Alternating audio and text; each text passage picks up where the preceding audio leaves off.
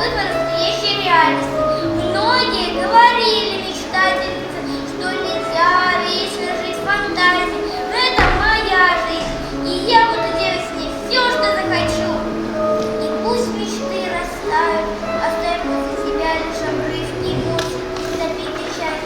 Но находиться забвением, не знаю, катастрофы войн, происходящие в мире лучше, чем переживать за то, что исправить уже нельзя. Мечтательница никогда и не думала, что нет большего счастья, чем проводить вот такие вот осенние дождливые вечера в компании самых близких друзей, весело болтая обо всем на свете. Да, иногда случаются ужасные вещи, которые мы не в силах исправить. Но все это пройдет, и снова можно будет радоваться каждому дню